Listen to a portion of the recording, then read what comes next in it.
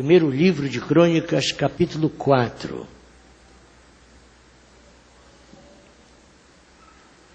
E verso 9.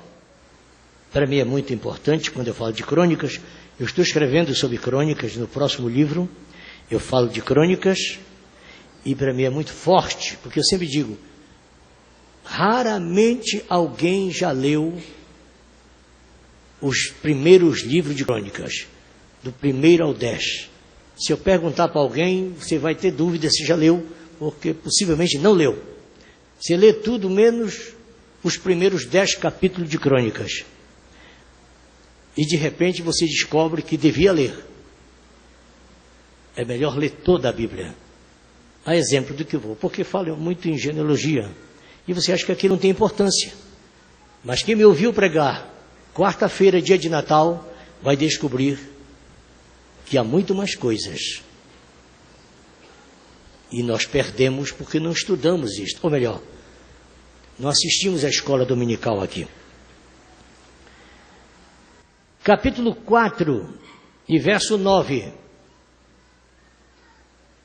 E foi Jabes mais ilustre do que seus irmãos, e sua mãe chamou seu nome Jabes, dizendo, porquanto com dores o dei à luz.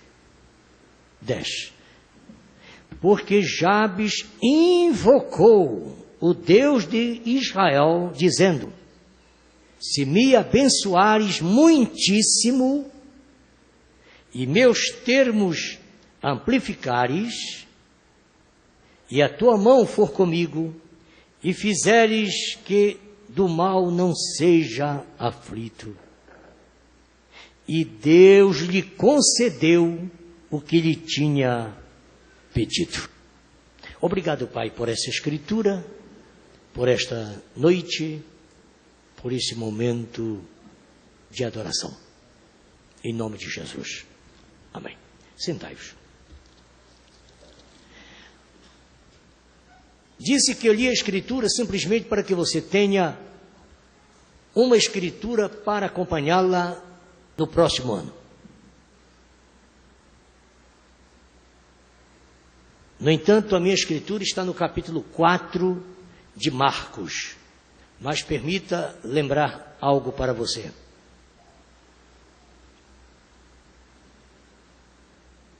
Jabes invocou o Deus de Israel e fez um propósito.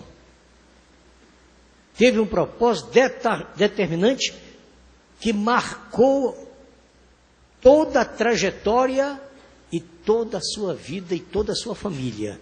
E depois isso passou de geração em geração. E o propósito dele foi esse. Senhor, se tu me abençoares muitíssimo.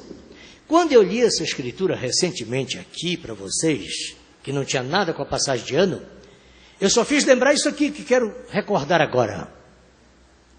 Não pense que as grandezas daquilo que Deus faz por você está meramente em suas mãos. E você pode ver materializado, em forma de dinheiro, em forma de bens materiais, talvez de uma casa, ou algo que você possa ostentar, um auto, um veículo. Naquela oportunidade eu questionei isso aqui. Você talvez olha para si mesmo e diz, o que Deus fez por mim?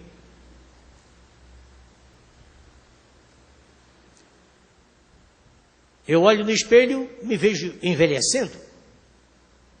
Outros, menos felizes, dizem, eu vejo o tempo passar e vejo apenas aumentar os meus adversários, até mesmo inimigos. Outros, os dias se passam e se vão os meus companheiros, minha família, meus colegas, patrão, empregado. De repente você só vê fracasso em você. Eu estou tentando recordar. Eu disse, mas você deveria ser atencioso para o que Deus está fazendo em torno de você. o que Deus está fazendo na tua casa. Você percebeu que o seu filho cresceu?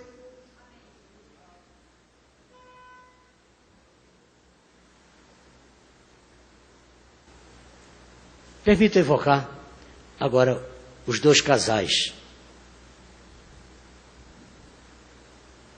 A felicidade hoje do Viana e da Clesilda, depois de 30 anos, eles talvez não tenham nada no bolso que possa ser tão expressivo, mas tem um casal ao lado dele, tem uma filha e um genro.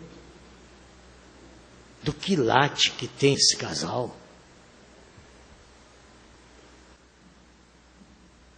Eu estava fazendo o casamento na última sexta-feira, num determinado local desta cidade, aí na Avenida Nazaré, e pude olhar para a família e ver aquela família sofrida, as duas famílias, os casais, e ver os filhos casando, ambos formados, bem educados,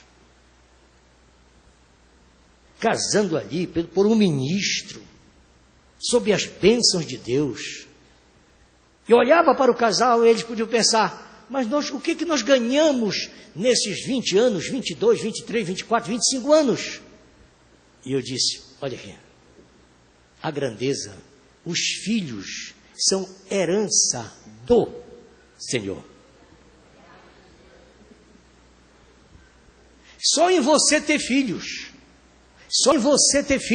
principalmente filhos com qualidade, são heranças, e herança é coisa cobiçada.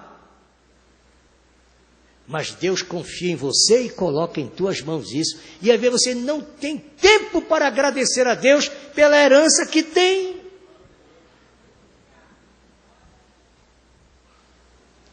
Mas tantas outras coisas. Aí vem os netinhos, que são coroa. Os netos são coroa dos avós. Tem gente que não tem coroa e fica criticando quem tem coroa, só porque fica balançando a coroazinho, coroinha. Isso é inveja. Eu fico olhando para minha mulher, ela pega os coroas, e agora já pega o coroinha do coroinha. Já pega o bisneto, aquele regozijo. Eu digo, aguenta minha filha, aguenta que eu não dou conta, entendeu? Fica criticando. Por que criticar os avós? Deixa a avó cuidar do neto, o neto é dela. Ela quer dar um presentinho, não devia dar presente para ele, mas ela quer dar, então dá para ela, dá para o genro, dá para a nora, dá para toda a família. E não esquece do pastor. Deus faz tantas coisas maravilhosas por ti. E tu não tem tempo para agradecer ao Senhor. Mas para 2014, pense nisso. Se tu me abençoares muitíssimo, nem sempre a bênção de Deus está em espécie, em dinheiro. Porque Deus não está obrigado a fazer o teu desejo. Deus não está obrigado a fazer o teu desejo. Deus não está obrigado a fazer o teu desejo. Deus tem a responsabilidade de suprir as tuas necessidades. Ok, esquece isso, não tem nada. Vamos para o meu sermão. Marcos capítulo 4. Isso era só para 2014. Então, em 2013, eu vou pregar para 13. Muito rápido. 5 minutos. Eu já aprendi no decorrer do tempo que pregar quando tem comida por perto é um sacrifício.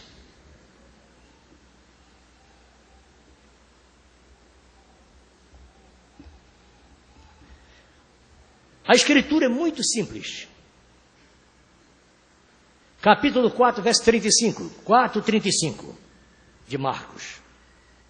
E naquele dia, sendo já tarde, disse Jesus, passemos para outra margem. E eles, deixando a multidão, o levaram consigo, assim como estava no barco, e havia também com ele outros barquinhos. O resto da escritura é muito próprio de vocês que conhecem a palavra de Deus e que manuseiam a Bíblia Sagrada. Jesus despediu a multidão, apanhou os discípulos, vamos partir para o outro lado, temos um servicinho para fazer na outra margem do rio, e agora? E saiu Jesus, saiu os discípulos, e logo um outro grupo também o acompanhou. Eu quero que você se firme em duas coisas. Primeiro dela, Jesus disse a eles, passemos para o outro lado. Grave isso.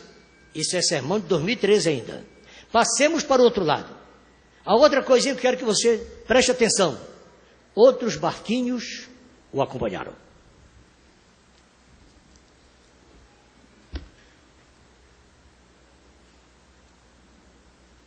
Eu vou pedir ajuda aqui do 2 pontos por uma coisa séria. Quem disse que era para passar para o outro lado foi Jesus. E agora nós estamos nos preparando para passar para 2014. Passemos para o outro lado. Jesus não disse assim, vamos ver se dá para passar. Vejamos se o mar não está agitado e se esse barco vai suportar a navegação. Passemos para o outro lado. Embarcou com eles e foi para a popa do barco deitar. Pegou uma almofada, muito estranho. Não sei onde Jesus arrumou almofada. E pegou uma almofada, colocou debaixo da cabeça, devia estar um pouco exausto e logo dormiu. Dormia. Jesus dormia. E logo outros barquinhos, quando viram o barquinho de Jesus singrando as águas, aqueles 14 quilômetros do mar da Galileia, logo os outros barquinhos atrás. Irmãos, se você está encerrando 2013, tenha cuidado. Deus só se responsabiliza por você, por aquilo que Ele te manda fazer. Não fica metendo na tua cabeça conversa de comadre, de compadre, conversa de vigário e nem conversa de pastor. Que tem pastor que mente, que faz vergonha. Muitos deles aprenderam com os padres. Deus só tem responsabilidade com você enquanto você tiver palavra. Enquanto você estiver escudado na palavra, não é em catecismo, não é em revista de escola dominical, não é em estatuto de igreja, é enquanto você tiver Bíblia para sustentar aquilo que você está crendo. Não fique entrando em questões esperando que o Senhor entre com você naquilo. Ele não tem responsabilidade por aquilo. Não cobiceis coisas altas. Acomodai-vos às humildes. Deus não se responsabiliza pelos teus pensamentos, pelos teus planos. O meu plano para 2014 é isso. Isso pode ser um problema teu. Um bom desejo faz com que Deus agrade-se daquilo. Mas quando é que isso é um bom desejo? Pois isso não é uma mera vaidade. Jesus estava responsável pela navegação dos seus discípulos. Mas sabe o que aconteceu? Logo, uns barquinhos também resolveram partir.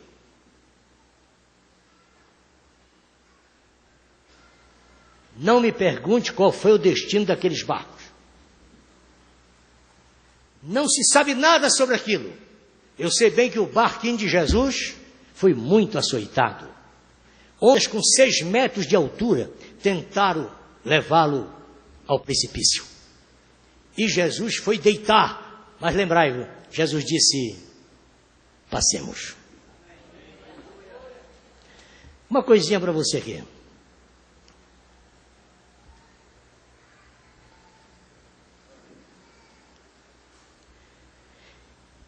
vivemos nos estados físicos, psíquicos e intelectual. A alma atua no psíquico e o espírito atua no intelectual. Por isso, toda tempestade faz com que a pessoa envolvida nela perca o controle da situação. Este texto de Marcos capítulo 4 deixa bem claro: as ondas passavam por cima do barco. Isso significa que a tempestade revela sempre algo acima da capacidade humana. Estou lendo na página 74, de 2 pontos. Quem sabe se você, diz o cavalheiro, não está vivendo circunstancialmente uma tempestade destruidora em sua vida? Observe quem está sob uma tempestade e passa a sentir suas forças declinando, não deve achar que tudo passa de uma ilusão ou de uma imaginação. A pessoa realmente está passando por uma dura tempestade, enfrentando uma forte peleja. Tempestade é algo que invade e castiga violentamente a natureza e por onde passa, arrasa tudo. No sentido físico ou espiritual, quando uma tempestade desaba sobre alguém, os efeitos são os mesmos. Os problemas, as lutas, as adversidades parecem ser maiores que a capacidade de resistência. Há cristãos que veem a dificuldade econômica e a crise conjugal se formando, por exemplo, e não tomam uma atitude. A sentinela não precisa ser a mais alta, mas tem que estar no lugar mais alto para ver mais distante. Por isso, você é o valente da casa. Então, tire isso urgentemente do seu porão. Tire esses problemas das escuras e traga as claras. Não dê guarida na sua casa para Jonas. Não dá tua filha para Jonas. Não dá o teu filho para Jonas. Ele não se importa com ninguém. Ele só quer relaxar, só quer dormir, só quer o seu bel prazer. E o barco que vai a pique. Deus não quer ver nenhum barco afundar. As tempestades, quando atingem nossa vida, machucam muito e deixam a nossa alma abatida. E passamos a sentir angústia, depressão, desânimo. E todos estes sentimentos seguem como feridas invisíveis, cujas marcas interferirão no comportamento, no humor e na maneira de encarar a vida, na forma como nos relacionamos com os demais, no conceito que fazemos das pessoas, dos irmãos e até da confiança em Deus. Acho que Deus não me ouve mais. Eu acho que eu não sou eleito. Eu acho que eu não sou crente. O profeta diz, chega uma hora que você pensa que você é bode. Mas é Jonas na tua vida. Ou melhor, você pode ser o Jonas. Eu acho que Deus não me ouve. Acho que Deus não quer nada comigo. Hoje um companheiro disse para mim, da maneira mais leal, pastor, eu quero dizer para o senhor que eu vou abandonar a mensagem. Vou me tornar um desertor. Homem sincero. Mas o profeta diz, você pode estar sinceramente errado. A tua sinceridade não te tira do abismo. A única coisa que te salva é Jesus. Quem salva é Jesus, e ninguém mais. Outro Salvador podes procurar, mas acharás jamais. Quem salva é Jesus, e ninguém mais. Outro Salvador podes procurar, mas acharás jamais.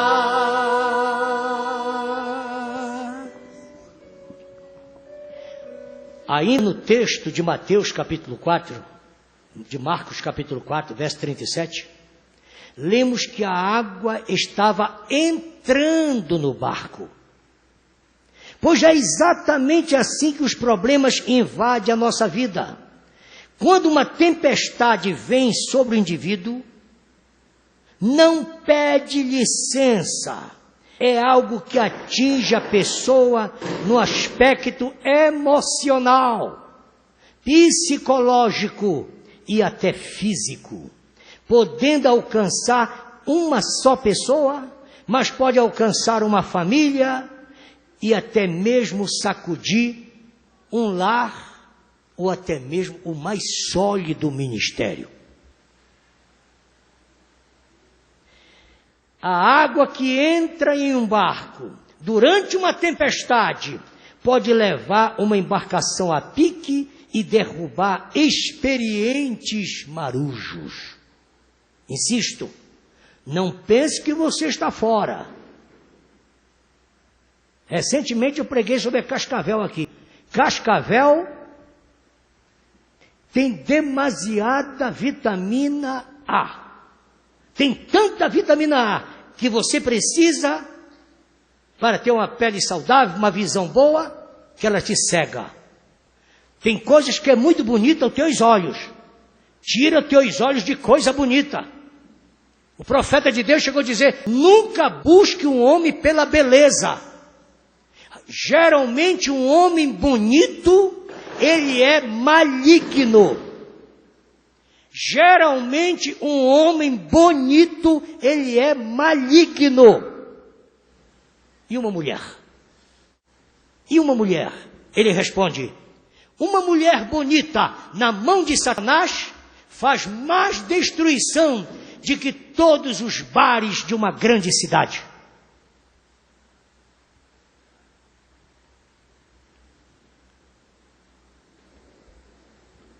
Tu para de ver televisão, rapaz. Tu para de ver novela. Não existe aquele tipo de marido que tu vê na novela. Tu presta atenção no que eu falo contigo. Para de novela. Aquilo é falso. Aquele homem não passou o dia todo trabalhando. Não tem as mãos calejadas. Não tem rugas no rosto.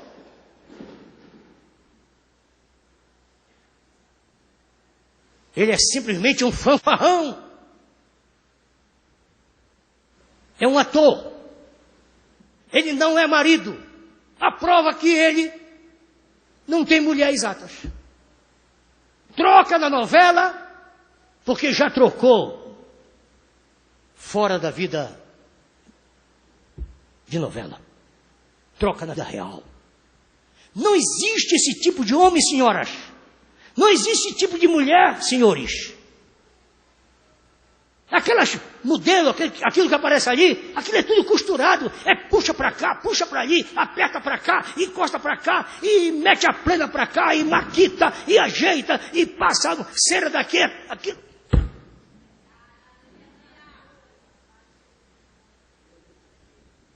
Se uma mulher daquela espirrar, é capaz de fazer uns tripuliços que não pode espirrar.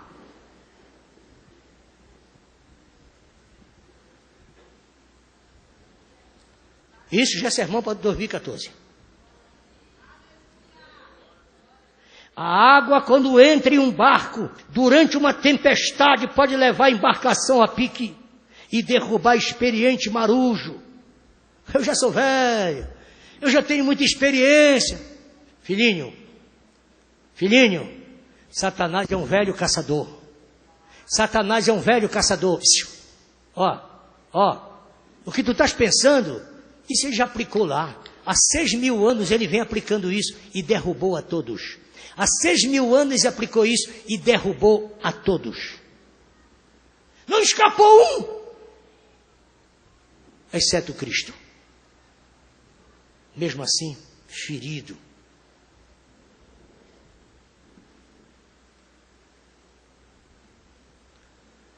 O diabo não tem medo de cara feia, não tem medo de idade.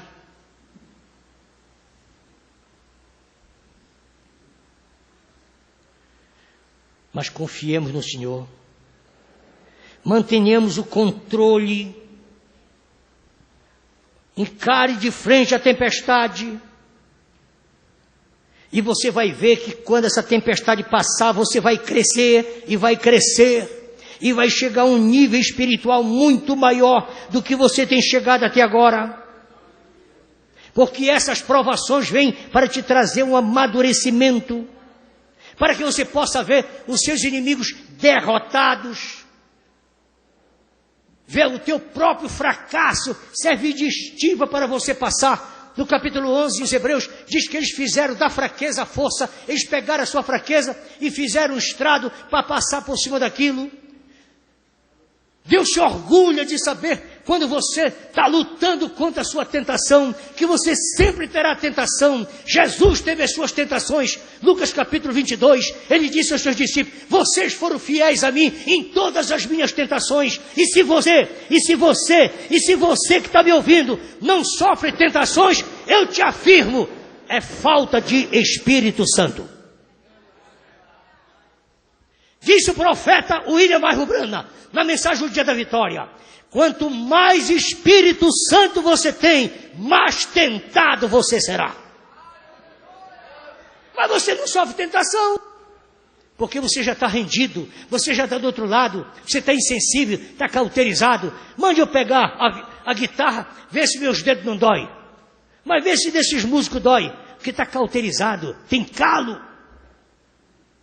Mas isso não pode se aplicar com o pecado da nossa vida. Você tem que estar sempre temeroso, sempre assustado, observando. O motorista, quanto mais nervoso, mais sucesso ele tem. O motorista, quanto mais tenso, mais sucesso ele tem. Sabe quem anda batendo carro por aí? São esses que ficam com aquela praga. Amor, tá ruim aqui. Querida, tira essa desgraça do teu ouvido, que tu não é empresário. Telefone, celular, telemóvel para quem tem o que fazer. É um crime, um telemóvel na mão de uma pessoa desocupada. Uma mente desocupada é a oficina do diabo. Deixa o telemóvel para quem tem serviço, para quem tem utilidade. Vocês podem diminuir meu salário, mas eu vou continuar falando de celular, de internet, de Facebook, seja o que for. Tudo isso vem da besta. Você diz, mas eu não posso usar? Claro que você pode. Mas tenha domínio nessa serpente. Quando você for pegar, você está sabendo o risco. Então domine.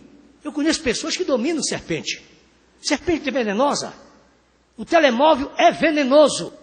Mas você sabe manuseá-lo? Então domine. Use ele para falar do culto, para passar uma mensagem legal, para dar uma informação decente, mas nada de fofoca e nada de namorinho, de namorisco. Me dá o nome de uma pessoa que se meteu com Facebook, o resto tu sabe o que aconteceu. Eu tenho receio de me precipitar e dizer que não escapou ninguém. Você diz, mas eu escapei, ferido. Você escapou, ferido. Quem se meteu com o Facebook sabe o que eu estou falando. Pode ver que tu está marcado. Se isso não fosse do demônio, tu tinha que deixar o teu marido dormir, para pôr em ordem lá. Me mostra um que tenha Facebook, que fique trabalhando nele na presença do marido, ou na presença da mulher. Nem telemóvel. Telemóvel toca. Por que tu não fala? Eu estou aqui, pode falar, estou aqui com o meu marido. Fala, que eu te escuto. Olha, toda a minha família está ouvindo. Tudo escondidinho. Shhh.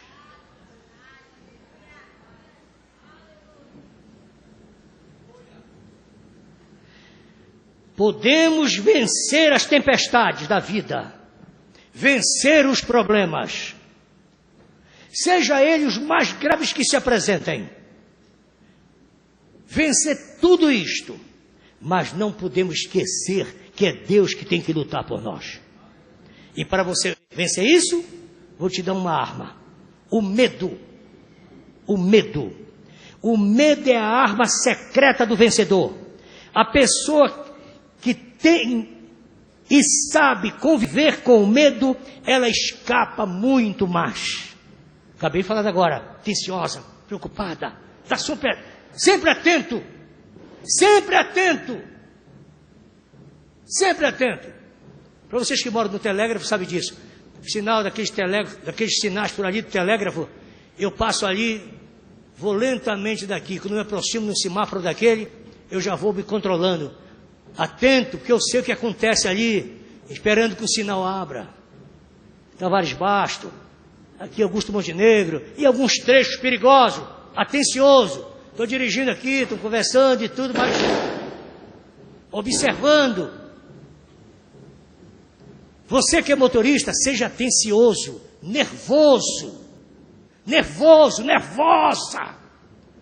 Esteja atento, não fique conversando quando está dirigindo, distraindo. Vocês já viram isso?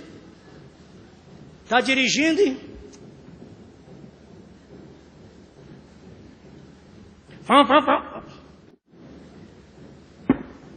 devia estar em casa fazendo café para o teu marido.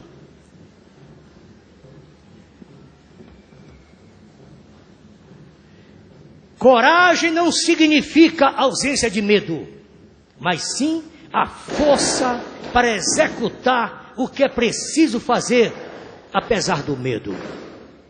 A diferença entre medo e pavor: o medo tem base racional, é uma defesa do psiquismo humano, pois tudo que foge do controle do ser humano gera medo. No entanto, o medo tem o seu lado positivo, ele nos torna atento. E nesse aspecto, torna-se benéfico, porque nos protege, nos impulsiona à proteção. Já o pavor desorienta os sentidos e a culpa paralisa a ação. O medo é um sentimento normal, enquanto o pavor é um medo incontrolável. Esqueça o pavor. Se apegue em Cristo, confie nele e lembre-se, foi Jesus que disse: passemos para o outro lado. Se você está com Cristo, você vai passar sim.